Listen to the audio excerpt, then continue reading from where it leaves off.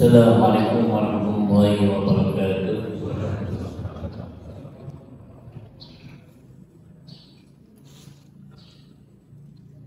Alhamdulillah rabbil alamin. Wassalatu wassalamu ala asyrafil mursalin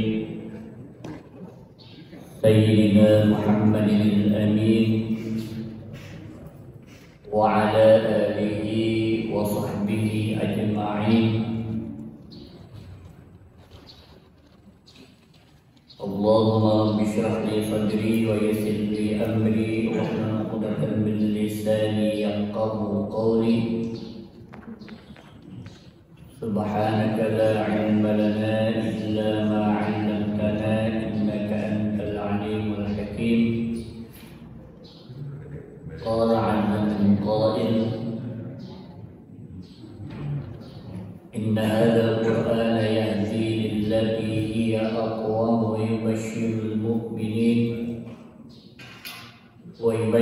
mu'minina alladhina ya'maluna as-salihati anna lahum ajran kabira. Shadaqallahul 'azim. Alhamdulillah,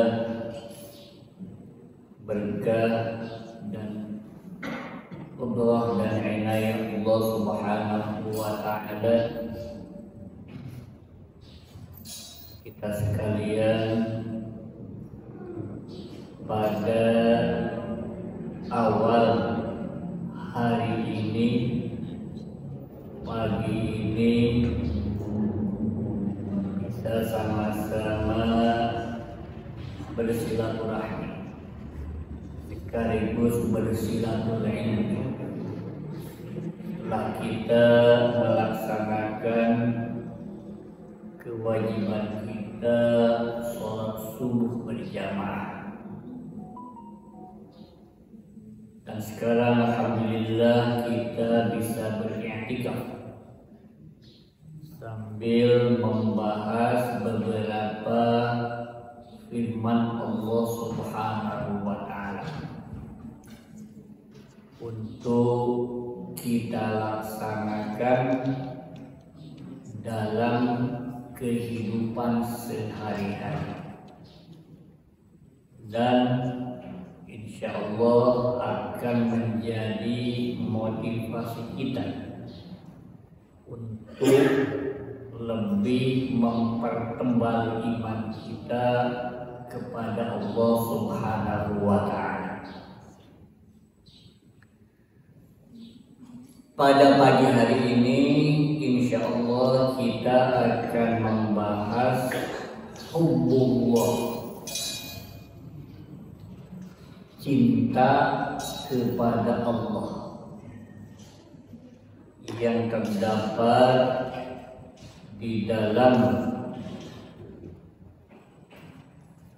surah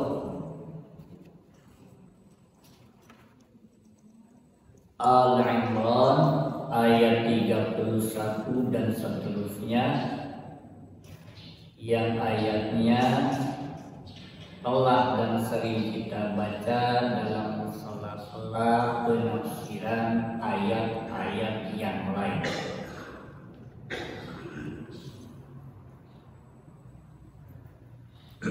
Karena di dalam Al-Quran itu kadang-kadang antara satu ayat dengan ayat yang lainnya itu saling berkaitan.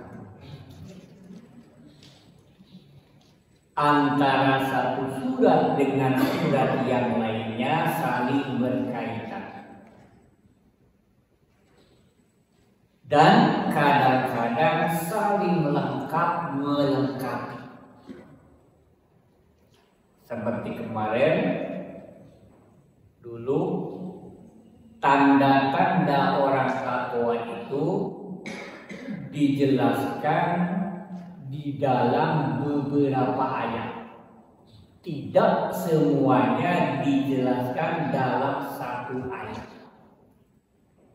Tanda-tanda orang yang takwa itu ada di dalam awal surat Al-Baqarah, ada di dalam pertengahan surat Al-Imran, ada di dalam surat Al-Mu'minun dan seterusnya. Jadi saling melengkapi. Termasuk kisah di dalam Al-Quran itu saling melengkapi, kecuali surat Yusuf. Surat Yusuf itu hanya dijelaskan di dalam satu surat. Kisah Nabi Yusuf itu dijelaskan hanya di dalam satu surat, yaitu surat Yusuf. Kisah Nabi Adam ada di dalam surat Al-Baqarah, ada di dalam surat Al-A'raf, ada di dalam surat Toha dan seterusnya. Yang akhirnya Al-Quran itu wihdah mutakamilah. Arti wihdah mutakamilah itu satu kesatuan. Makanya kita perlu membaca semuanya dan perlu memahami semuanya. Maka seperti hari ini itu dalam rangka memahami ayat-ayat Al-Quran berdasarkan maudhu atau tema masing-masing yang terdapat di dalam surat maupun di dalam Quran. Hubbullah artinya cinta kepada Allah. Dan ini diperintahkan di dalam Al-Quran surat Al-Imran ayat 31.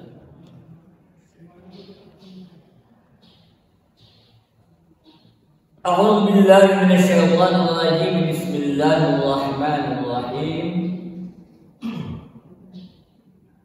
Qul in kuntum tuhibbunallaha fattabi'uni.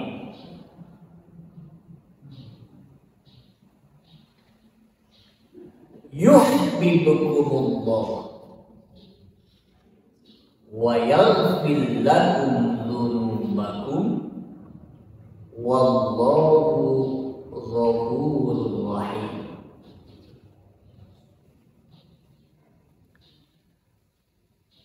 Kalau ada ayat Al-Quran dimulai dengan lafaz qul, artinya ucapkan olehmu Muhammad.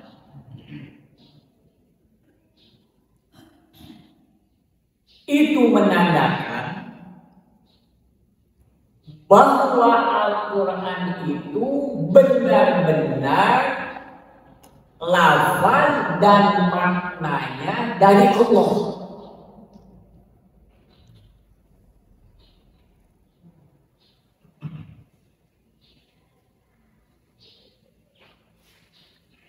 Beda dengan hadis. Hadis ada dua.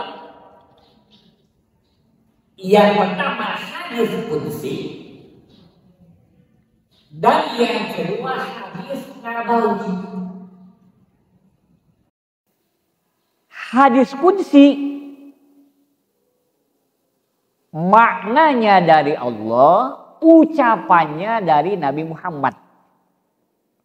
Makanya hadis qudsi itu suka dimulai dengan qala Allahu ta'ala atau yaqulullahu ta'ala. Yaqulullahu ta'ala ya bani Adam la takhaf min fawatir rizqi umpamanya. Kalau hadis lafaznya dari Nabi Muhammad, maknanya juga dari Nabi Muhammad. Tiga-tiganya adalah wahyu dari Allah Subhanahu wa ta'ala. Wa ma yantiqu 'anil hawa in huwa illa wahyu yuha. Tidaklah berbicara seorang nabi itu kecuali wahyu yang diberikan oleh Allah Subhanahu wa taala. Itu perbedaan antara Al-Qur'an, hadis qudsi dan hadis nabawi. Al-Qur'an lafaz dan maknanya dari Allah. Hadis qudsi lafaznya dari Nabi Muhammad, maknanya dari Allah. Hadis nabawi lafaz dan maknanya dari Nabi Muhammad sallallahu alaihi wasallam. Lafaz qul atau kata-kata qul itu perintah kepada Nabi Muhammad. Qul, ucapkanlah. Berarti perintah dari Nabi Muhammad, dari Allah Subhanahu wa taala. Yang diperintahnya siapa? Nabi Muhammad. Hal yang diperintahkan, kata-kata atau lafaz-lafaz setelah lafaz qul. Kalau di dalam ayat ini perintahnya qul. Yang diperintahkan Nabi Muhammad. Hal yang diperintahkannya in kuntum tuhibbunallah. Surat lain, surat Al-Ikhlas. Qul huwallahu ahad. Surat Al-Falaq. Qul a'udzu birabbil falaq. Surat An-Nas. Qul a'udzu birabbin nas. Qul perintahnya huwallahu ahad, yang diperintah, hal yang diperintahkan. Qul a'udzu birabbil falaq yang diperintahkan. Qul a'udzu birabbin nas yang diperintahkan.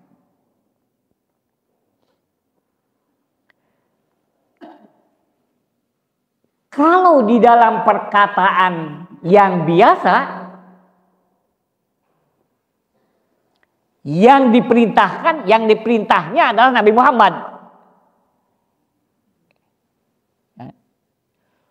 Qul, ucapkan wahai Muhammad.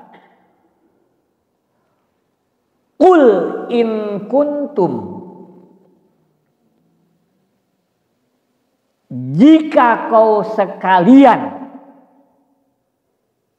tuhibbunallaha, mencintai Allah,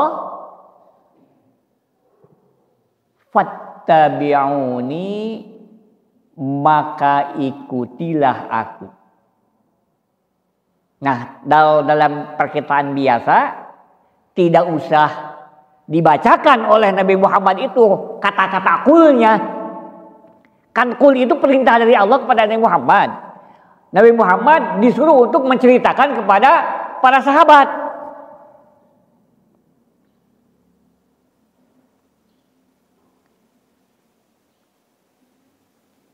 Kalau bukan Al-Qur'an, Nabi Muhammad hanya mengatakan huwallahu ahad. Karena kata qul itu perintah kepada Nabi Muhammad. Tapi ini enggak. Semuanya dibacakan oleh Nabi Muhammad dengan perintah-perintahnya. Itu menyatakan bahwa Al-Quran itu firman dari Allah, semuanya dibacakan oleh Nabi Muhammad Sallallahu Alaihi Wasallam, tidak ada yang dibuang. Ini menandakan keaslian Al-Quran. Kita lihat.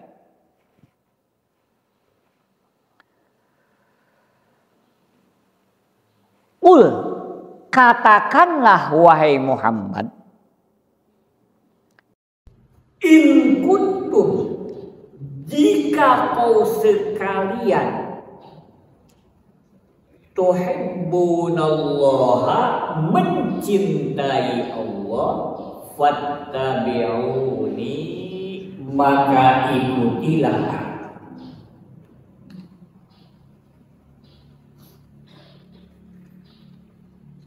Kata Syekh Asy-Sya'rani,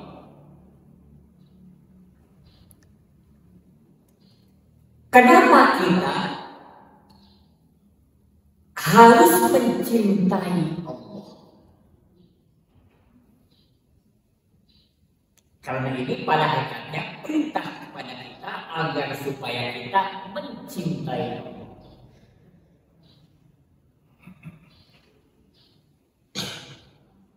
Kata beliau,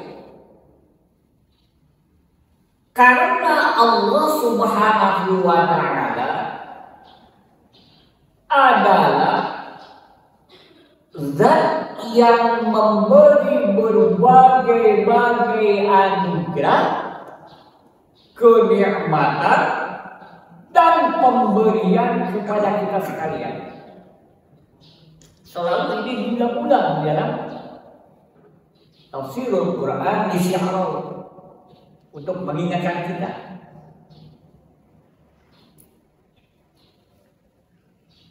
Pemberian Allah tak terbatas.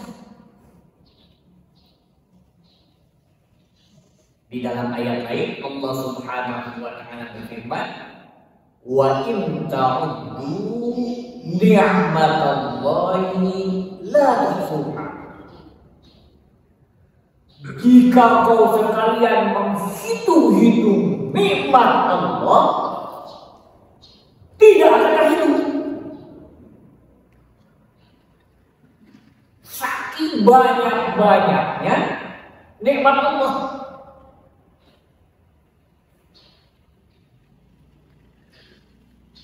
Kata beliau, di antara sekian nikmat Allah yang banyak dan tak terbatas itu, ada 3 nikmat Allah yang terbesar. Kalau kebanyakan ulama, nikmatnya Allah yang terbesar itu ada 2. Ini ditambah ada satu lagi 3 yang orang lain tidak menganggap nikmat. Kita lihat ini. Yang pertama, nikmatul ijad. Nikmat kita diciptakan oleh Allah. Itu namanya nikmatul ijad. Nikmat diciptakan oleh Allah. Dan ini menjadi modal bagi kita. Kalau kita tidak diciptakan oleh Allah, tidak akan ada. Dan tidak ada orang yang mengaku jadi sendiri.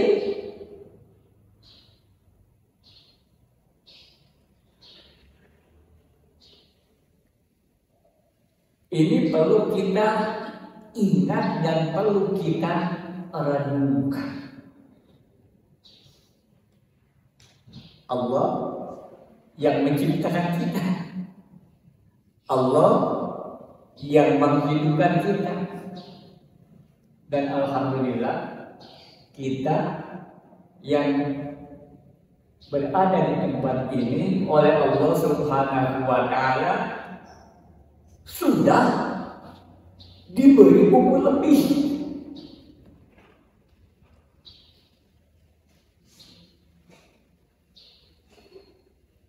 Kan sudah tua-tua begini banyak. Itu sudah umur lebih yang sebenarnya masih diberi umur, diberi kesehatan, diberi apa dalam bahasa Sunda jago dinas. Itu sudah luar biasa. Banyak kawan-kawan kita yang setara dengan kita sudah mendahului kita. Kita alhamdulillah oleh Allah Subhanahu wa Ta'ala, masih diberi kesempatan untuk menikmati hidup ini.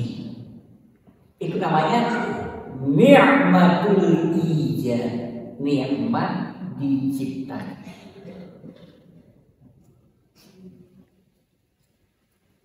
Yang kedua, apa yang dinamakan dengan ni'matul imdad.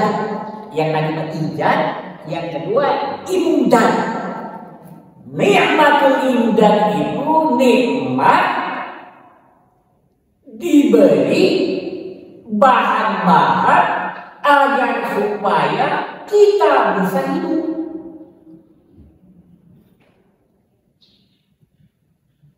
Jadi dalam tanda petik,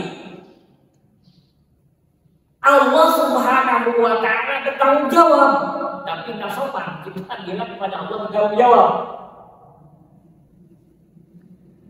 Karena Allah yang menciptakan kita, maka Allah menyediakan bahan-bahan agar supaya kita bisa hidup. Tidak dibiarkan begitu saja.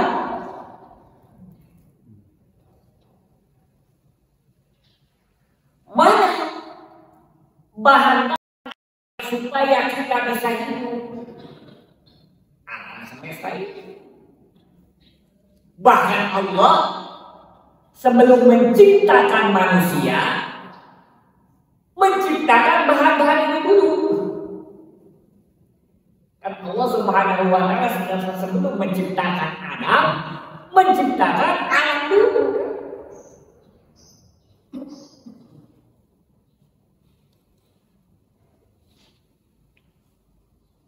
Alam ada dua bentuknya. Ada alam yang memberikan manfaat kepada kita tanpa kita berinteraksi, mengusahakannya. Dan ada alam yang memberikan manfaat kepada kita jika kita mengupayakannya. Mana alam yang memberikan manfaat kepada kita meskipun kita tidak mengusahakannya? Udah. Itu yang paling pokok. Udara itu. Semua orang pagi. Tidak ada orang yang tidak diberi manfaat udara. Makanya udara itu tidak akan bisa dimonopoli oleh orang. Semuanya kembali. Sinar matahari. Semua orang kembali. Ada alam yang memberikan manfaat kepada kita jika kita mengusahakan. Pepohonan, makanan, air, kan? Dan di dunia Allah tidak membedakan mana si mukmin dan mana si kafir. Semuanya kembali. Nikmatul imdad ini semuanya kembali. Baik mukmin maupun kafir semuanya kembali. Kenapa? Karena kedua-duanya diciptakan oleh Allah Subhanahu wa Ta'ala.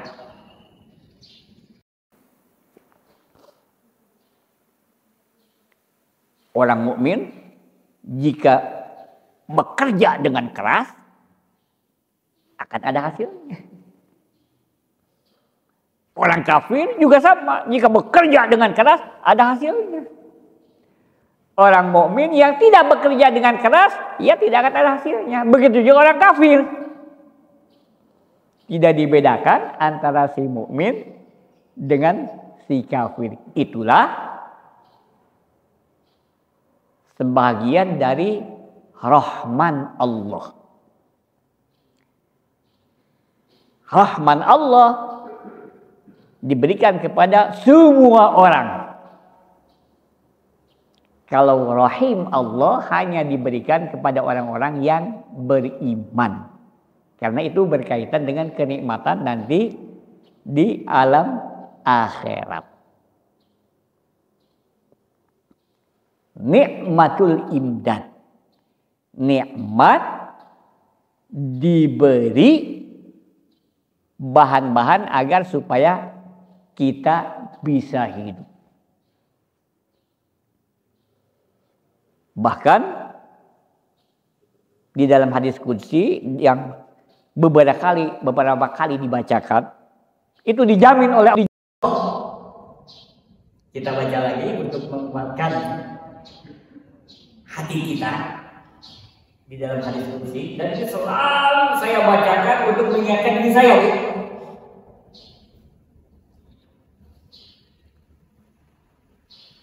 Yaqulullah Ta'ala, kata Rasulullah SAW, Allah Subhanahu wa Ta'ala berfirman, ya benar Adam, wahai anak Adam, la takhaf min dhi sultanin, janganlah kau takut dengan orang yang mempunyai kekuasaan. Madama sultani batin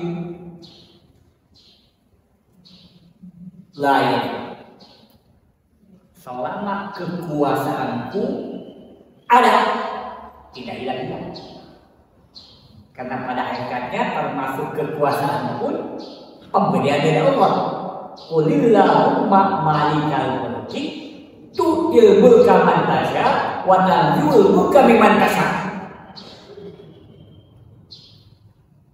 Pada hakikatnya pemberian Allah termasuk jabatan. Kita hanya orang hanya mengusahakan, bisa berhasil, bisa tidak.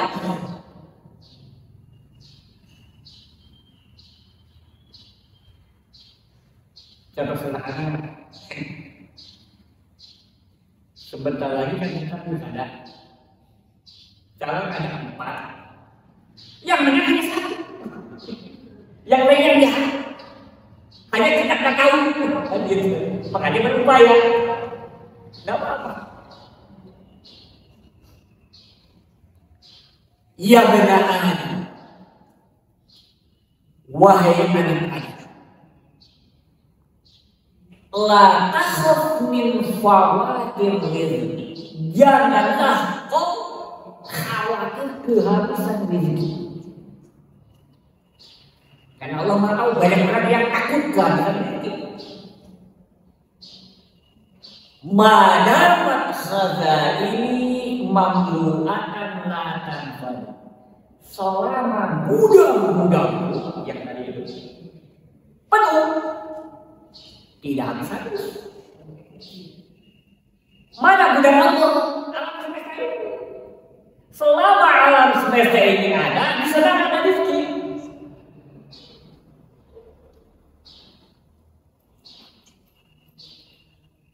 Khalaqul asya'a, aku menciptakan segala sesuatu untuk asal Allah.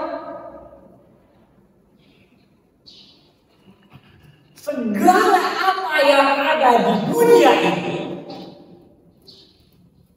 yang ada di atas permukaan bumi, di permukaan bumi, di atas permukaan bumi, di bawah perut bumi, untuk asal tahu kata Allah.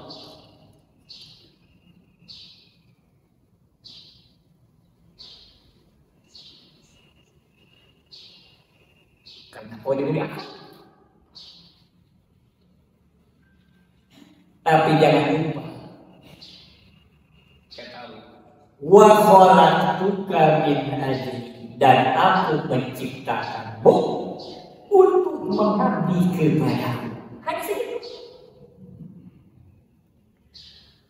Allah menciptakan kita, memberi rezeki, bahan-bahan agar supaya kita bisa hidup. Tujuannya hanya satu, tidak menuntut yang lain. Apa? Mengabdi kepada Allah Subhanahu. wa ta'ala. Aneh.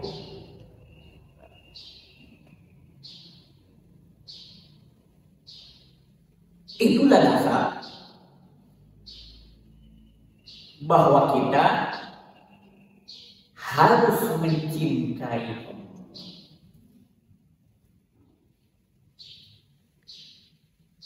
Tapi kadang-kadang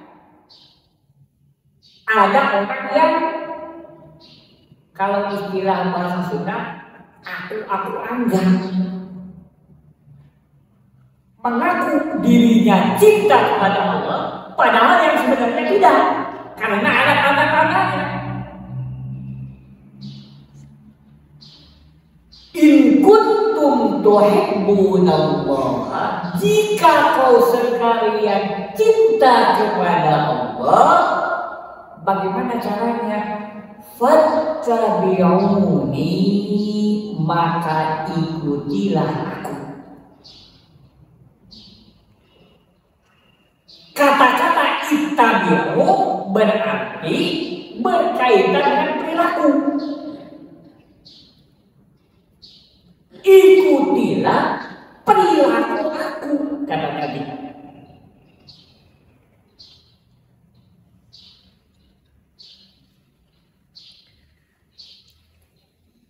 Kata-kata al-hub, cinta,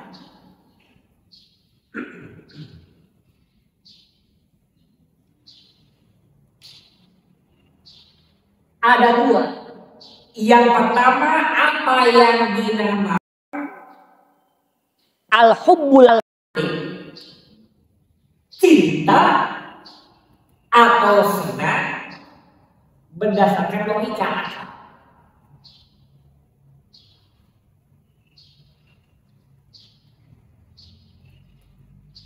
Seperti kita senang terhadap anak yang kita, meskipun bukan anak kita, kan kita senang kalau di lingkungan kita ada anak yang pintar, anak yang jenius, anak yang getol, kan senang.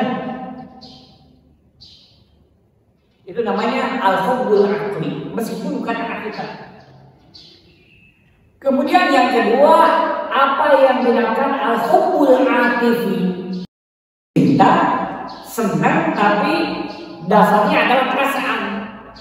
Seperti senangnya kita terhadap anak kita, meskipun tidak. Semua orang pasti senang dengan anaknya, meskipun anak kita itu alhamdulillah meninggal cacat umpamanya ya, itu al-hubbul atifi. Nah, cinta kepada Allah itu dasarnya adalah logika, bukan perasaan. Karena Allah yang menciptakan kita, Allah yang memberi berbagai anugerah kepada kita, maka kita harus cinta kepada Allah. Satu lagi lupa tadi. Nah, para ulama biasanya membagi dua. Yang pertama, nikmatul ijad, nikmat diciptakan. Yang kedua, nikmatul imdad, nikmat diberi bahan-bahan agar supaya kita hidup. Yang ketiga, oleh Syafi'i dikatakan ada nikmatul taklif, nikmat diberi kewajiban.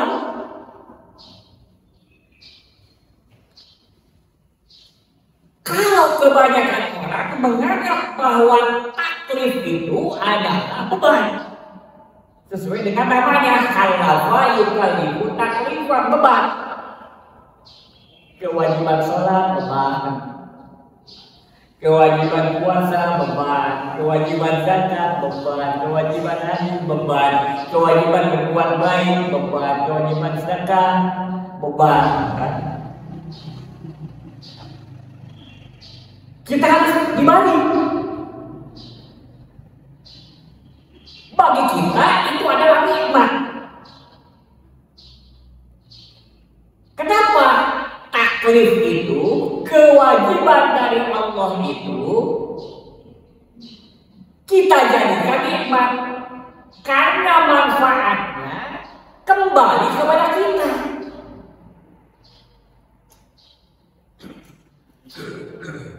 Sholat manfaatnya bagi siapa? Bagi kita. Bagi yang diperintah, bukan bagi yang memerintah.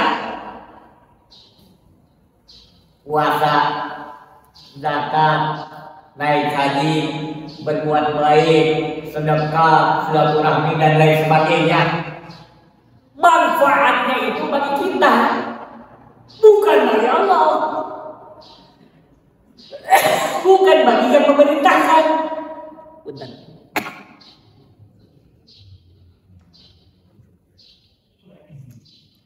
Bagi Allah tidak ada pengaruhnya. Orang mau sholat, mau tidak sholat, mau zakat, mau tidak zakat, mau berbuat baik, mau tidak berbuat baik, tidak ada pengaruhnya. Bahkan mau iman, mau tidak iman, tidak ada pengaruhnya bagi Allah. Pengaruhnya itu bagi kita. Jika kita mengerjakan perintah Allah, manfaatnya kepada kita. Manfaat di dunia, kita akan teratur, akan lurus, hidup lurus. Manfaat di akhirat, ya kita akan ditempatkan di tempat yang berbeda.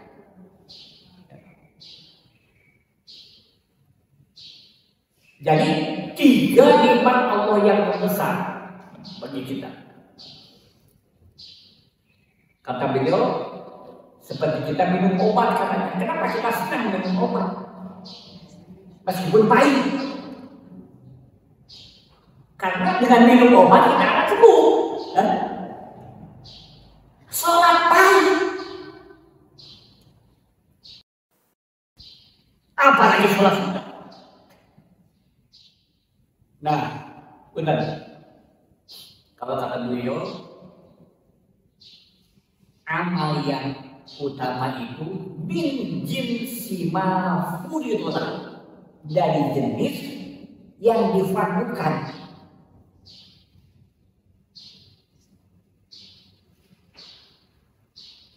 Sholat ada yang wajib, kemudian ada yang sunnah. Itu yang paling besar pahalanya sholat sunnah itu.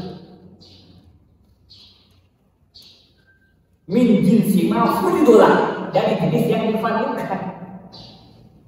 Puasa yang difardukan bulan Ramadan. Selain itu, Senin, Kamis dan lain sebagainya. Zakat yang difardukan 1 tahun 1 kali. Selain itu, sedekah. Naik haji seumur hidup sekali. Kalau kita dapat rezeki, pergi umrah ke sana, itu pahalanya sangat besar.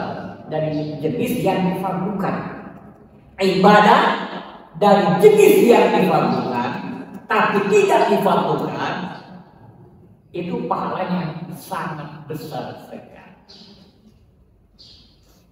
Nikmatul taklif itu menjadi suatu kenikmatan.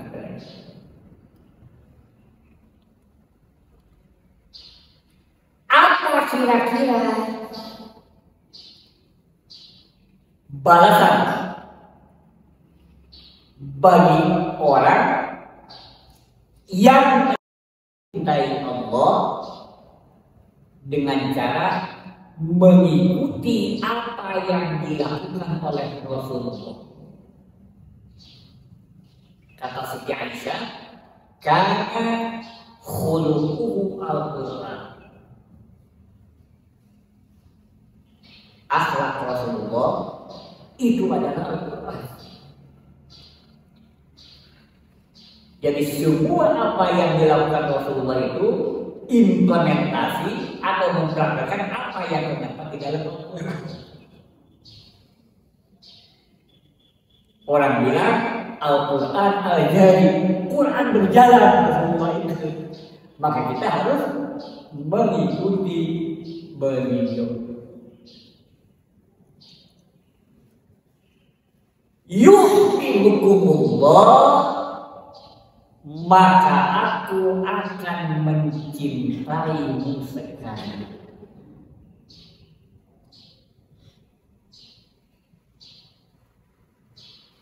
Cinta Allah beda dengan cinta kita.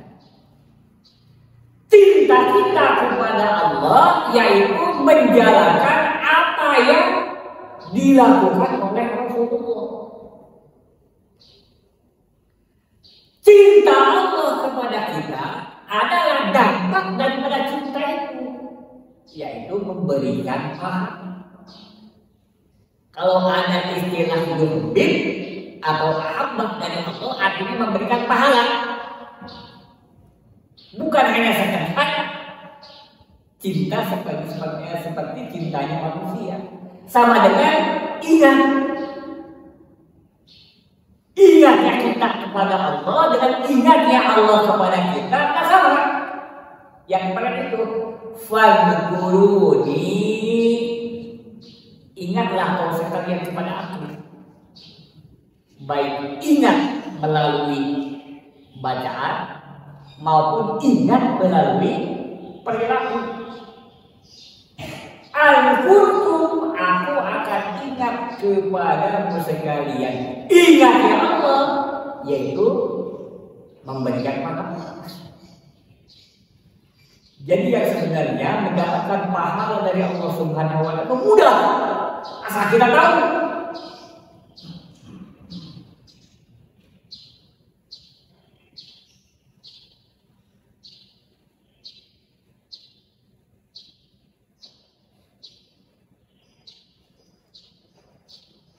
Kata beliau di dalam kitab tafsirnya, kita baca kata beliau.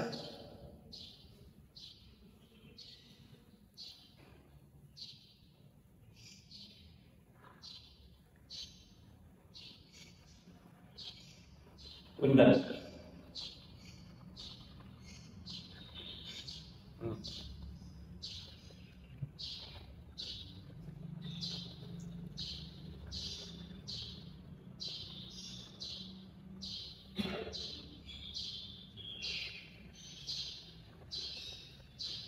Inna Allah wazza'a thawaba ala harakatil hayati kulliha.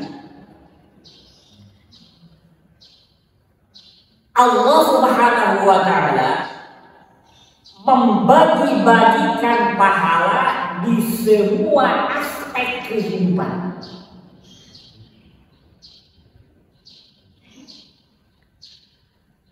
Kenapa? Allah memberikan pahala pada semua aspek kehidupan. Li'anna manhaja yasbudu kullaha bihil harakah. Karena ajaran Islam mencakup semua aspek kehidupan.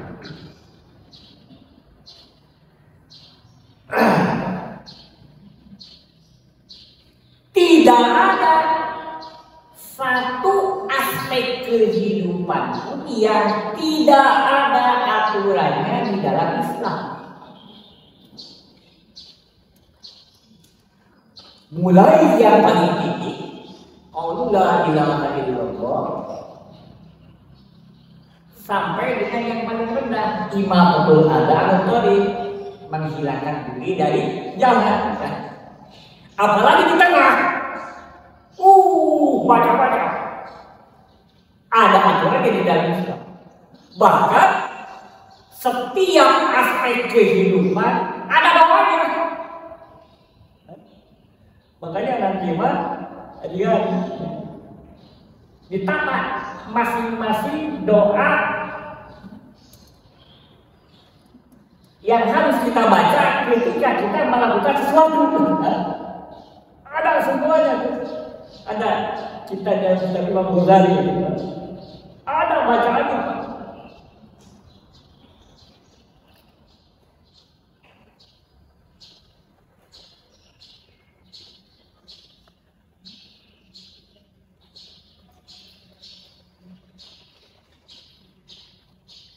Li'anna manhaja yasbuta kullu halil haq, karena ajaran Islam mencakup semua aspek kehidupan ini. Faja'ala thawaban liman yazurul marid. Allah memberikan pahala, menyediakan pahala bagi orang yang menengok orang yang sakit. Wa may yahkum bainan nasi bil adli, orang yang mengadili orang dengan adil. Wa may yuhsin mu'amalata ja'u, Allah menyediakan pahala bagi orang yang berbuat baik terhadap tetangganya. Wa may yarfa'ul adha 'an thariq, orang yang menghilangkan tadi duri di jalan. Wa may yu'inu 'ajizan 'ala 'uduri thariq, orang yang membantu jika ada orang ingin melewati jalan. Wa may yunfiq 'ala baitihi wa waladihi, orang Allah menyediakan pahala bagi orang yang mengusahakan keluarga dan anak-anaknya, dan terus banyak. Nah, kullu hadza wa asaratil uluf minal a'mal, semua aspek-aspek kehidupan ini, pekerjaan-pekerjaan ini, amal-amal ini yang beribu-ribu dan berpuluh-puluh ribu, la tadkhulu fi arkanil Islam, tidak masuk rukun Islam.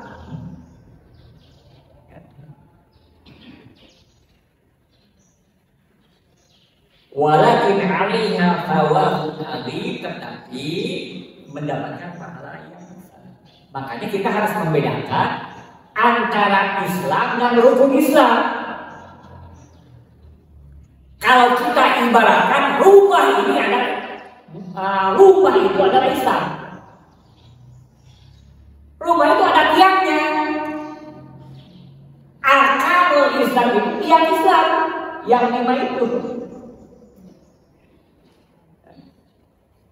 Selain tiang,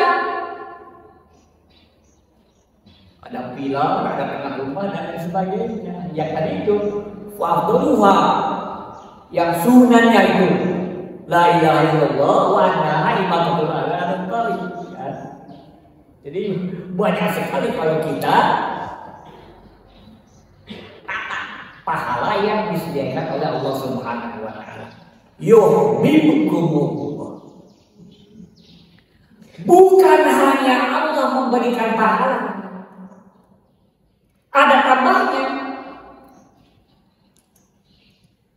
Kita kan manusia biasa, bukan nabi dan bukan malaikat.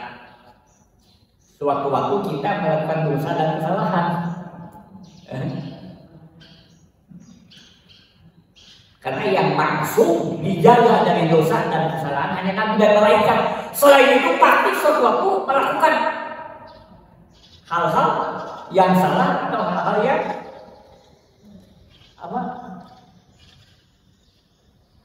mengakibatkan dosa.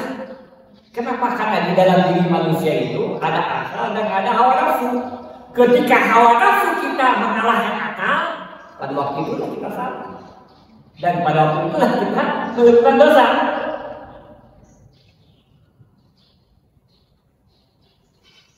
Yuhibbukumullah wa yaghfir lakum dzunubakum, dan Allah akan mengampuni dosa-dosamu sekali.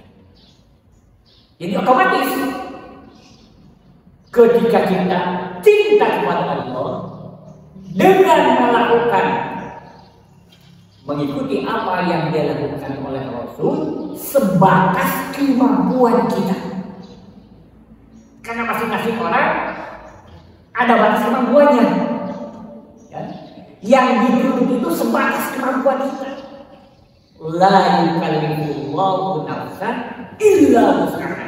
Allah tidak memberikan kewajiban kecuali di batas kemampuan kita.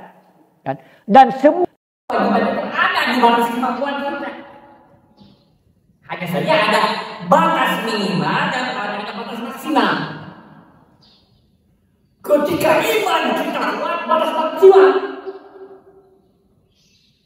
Tapi ketika iman kita kurang, itu batas minimal. Tapi bisa melakukan. Nggak bisa kita dalam keadaan maksimal selamanya. Nah, iman itu naik turun. Semua orang naik turun, Pak.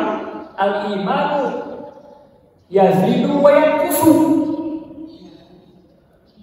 Kadang-kadang tambah, kadang-kadang kurang. Kadang-kadang getol, kadang-kadang malas. Tapi masih ada, semalas-malasnya orang masih ada di dalam kemaksiatan. Bagi orang yang mencintai Allah, mengikuti apa yang dilakukan Rasulullah sebatas kemampuan kita, Allah akan memberikan pahala sekaligus menghapus dosa-dosa yang dilakukan tanpa tobat. Coba kita.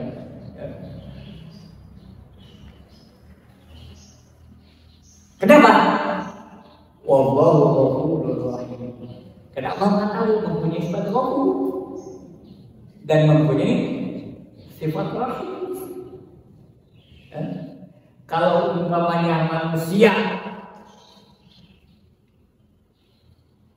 tidak akan melakukan dosa, Allah tidak akan mempunyai sifat ghafur dan tidak akan mempunyai sifat rahim. Karena Allah tahu manusia itu akan begitu. Tapi ada jalan keluar dari rahmat dan rahimnya Allah, dari ghafur dan rahimnya Allah.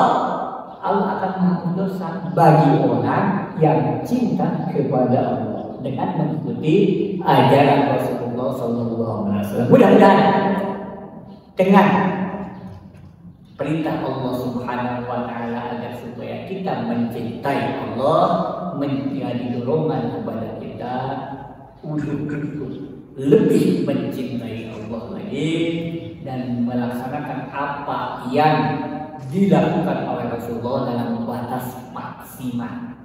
Dan insya Allah pasti kita akan mendapatkan pahala Allah dan juga dosa kita akan dibersihkan oleh Allah. Mudah-mudahan Allah Subhanahu wa Ta'ala selalu memberikan taufik dan hidayah kepada kita sehingga kita bisa melakukan apa yang diperintahkan oleh Allah Subhanahu wa Ta'ala. Amin. Ya Allah ya Rabbal alamin wa ala niyatil qabul. Al-Fatihah. A'udzu billahi minasyaitonir rajim. Bismillahirrahmanirrahim. Iyyaka na'budu wa iyyaka nasta'in. Mudah-mudahan ada manfaatnya dan mohon maaf atas kekurangannya. Assalamualaikum warahmatullahi wabarakatuh.